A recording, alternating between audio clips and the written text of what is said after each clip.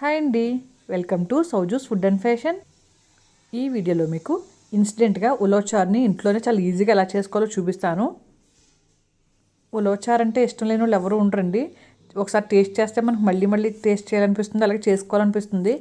చేసుకోవడం అంటే చాలా కొంచెం కష్టమైన పనే. ఉలవల్ని ఉడకబెట్టి వాటిని మళ్ళీ తీసుకొచ్చి చేసే ప్రాసెస్ అంతాని. కాబట్టి ఇలా మనకి ఇన్స్టెంట్గా మనకి ప్యాకెట్స్ దొరుకుతున్నాయి సూపర్ మార్కెట్లో, అలాగే చిన్న చిన్న షాప్స్లో కూడా ఉంటాయండి. ఇవి తీసుకొచ్చి మనం తాలింపు పెట్టుకుంటే మనకి సూపర్ అంటే సూపర్ ఉంటుంది. ఉలవచారు రెడీ అయిపోతుంది. ఈ ప్యాకెట్స్ తెచ్చుకుని మనం తాలింపు పెట్టుకున్నాక ఆ టేస్ట్ చూసాక తెలుస్తుందండి, అబ్బాయి ఇంత ఈజీగా మనకు ఉలవచారు చేసుకోవటం అని. ఈసారి ఎవరైనా ఇష్టపడి వాళ్ళు ఉలవచారుని ఇలా తెచ్చుకుని ట్రై చేయండి, చాలా బాగుంటుంది. ఓకేనండి, ఇప్పుడు ప్రాసెస్లోకి వెళ్దాము. ఈ ప్యాకెట్ ఇలా ఉంటుంది కదా, జస్ట్ ఇలా ఓపెన్ చేసి ఒక బౌల్లోకి తీసుకోవాలి. ఇప్పుడు నేను తీసుకొచ్చిన ప్యాకెట్ కరెక్ట్గా 4 మెంబర్స్కి సరిపోతుందండి ఇది. ఇంకోటి ఏంటంటే మనం తాలింపు పెట్టుకునేటప్పుడు కొంచెం ఉలవచారు స్పైసీగా ఉంటేనే బాగుంటుంది.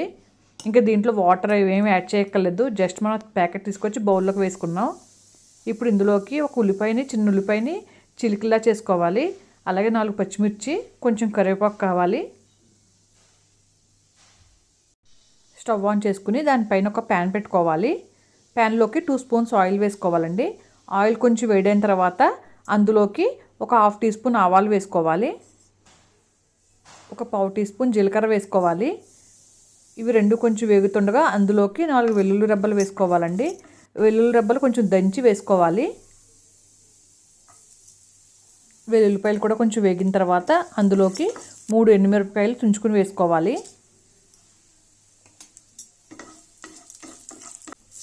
కరివేపాకు వేసుకోవాలి.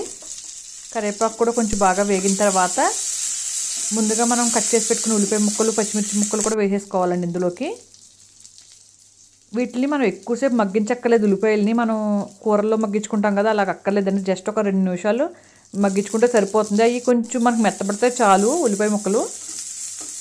వీటిని కూడా 2 నిమిషాల పాటు ఇలాగ వేయించుకోవాలి. ఉల్లిపాయలు కూడా వేగిన తర్వాత ఇప్పుడు మనం ముందుగా ఒక బౌల్లో తీసి పెట్టుకున్నాం కదండి ఉలవచారుని, ఇందులోకి వేసుకోవాలి. ఇప్పుడు ఈ తాలింపులోకి వేసుకుని ఎక్కువసేపు ఉడకబెట్టక్కర్లేదండి. ఒక 1 మినిట్ అంటే 1 మినిట్ మనం ఉడికించుకుంటే సరిపోతుంది. జస్ట్ తాలింపులో వేసుకుని కలుపుకోవటమే. ఇంక ఇందులోకి పులుపు కానీ ఏమి యాడ్ చేయక్కర్లేదు. కరెక్ట్గా వాళ్ళు చేసి మనకి ప్యాకెట్ చేసి ఇస్తారు. ప్యాకింగ్ అంతా అని మనకు చాలా బాగుంటుంది అన్నమాట. ఇంకా వాటర్ కలపడం కానీ, మీకు ఏదైనా చిక్కగా అనిపిస్తే కొంచెం వాటర్ వేయండి. అసలు వాటర్ అయితే కూడా వేయక్కర్లేదు, మామూలుగా మీకు చెప్తున్నాను ఐడియా కోసం. మీకు ఏదైనా ఉప్పు తగ్గితే కొంచెం ఉప్పు వేసుకోవచ్చు, అంతే. ఇంకేం యాడ్ చేయక్కర్లేదు. ఒక నిమిషం ఇలా ఉడికించుకున్న తర్వాత స్టవ్ ఆఫ్ చేసుకోవడమేనండి, అంతే. ఉలవచారు సర్వ్ చేయడానికి రెడీ అయిపోయింది. చూసారు కదండి ఎంత ఈజీగా రెడీ చేసుకోవచ్చు. 2 నిమిషాల్లో మనం ఉలవచారుని రెడీ చేసేసుకోవచ్చు. ఏది పెద్ద ప్రాసెస్ అనుకుంటాం కదా ఉలవచారు, కానీ కంపల్సరీ ఒక్కసారైనా మనం టేస్ట్ చేయాలండి ఉలవచారుని. నచ్చితే మటుకు వదలం. నేనైనా అంతే, నేనే ఎగ్జాంపుల్. ఉలవచారు అంటే నేను ఏంటో అనుకునేదాన్ని, మా సైడ్ అసలు చేసుకోమాట. మా ఫ్రెండ్స్ చేస్తారండి ఉలవచారుని, వాళ్ళు బాగా చేసుకుంటారు.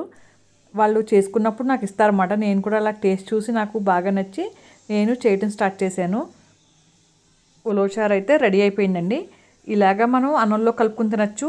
ఇంకొక ప్రాసెస్ కూడా ఉందండి, ఏమీ లేదు. అది ఏంటంటే జస్ట్ మనం బాయిల్ చేసుకోవాలి ఎగ్స్ బాయిల్ అయ్యాక వాటిని వేయించుకోవాలి కొంచెం నూనెలోను. వేయించుకున్న వాటిని మనం తాలింపు వేస్తాం కదా, తాలింపు వేసుకున్నాక మనం ఉలవచారు వేసి కలుపుకుంటాం కదా, ఆ టైంలోనే ఎగ్స్ని కూడా వేసేసుకుని ఒక నిమిషం అలా ఉడికించుకుంటే సరిపోతుంది.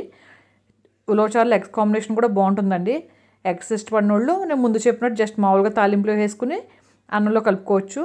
ఎగ్స్ ఇష్టపడే వాళ్ళు ఇది కూడా బాగుంటుంది, ఇది కూడా ట్రై చేయొచ్చు. నాకు ఇలా చేసుకుంటే నాకు చాలా ఇష్టం, ఉలవచారులో ఎగ్స్ వేసుకుని తింటాం. మన ఇష్టం అండి, మనకి ఎగ్స్ ఇష్టం అయితే ఇలాగా, ఎగ్స్ ఇష్టం లేకపోతే మామూలుగా తినచ్చు. ఓకేనండి, ఇన్స్టెంట్గా ఉలవచారు ఎలా చేసుకోవాలో చూపించాను. మీ అందరికీ నచ్చిందని అనుకుంటున్నాను. నా వీడియోస్ కనుక నచ్చినట్టయితే నా ఛానల్ని లైక్ చేయండి, షేర్ చేయండి, సబ్స్క్రైబ్ చేయండి. Thank you.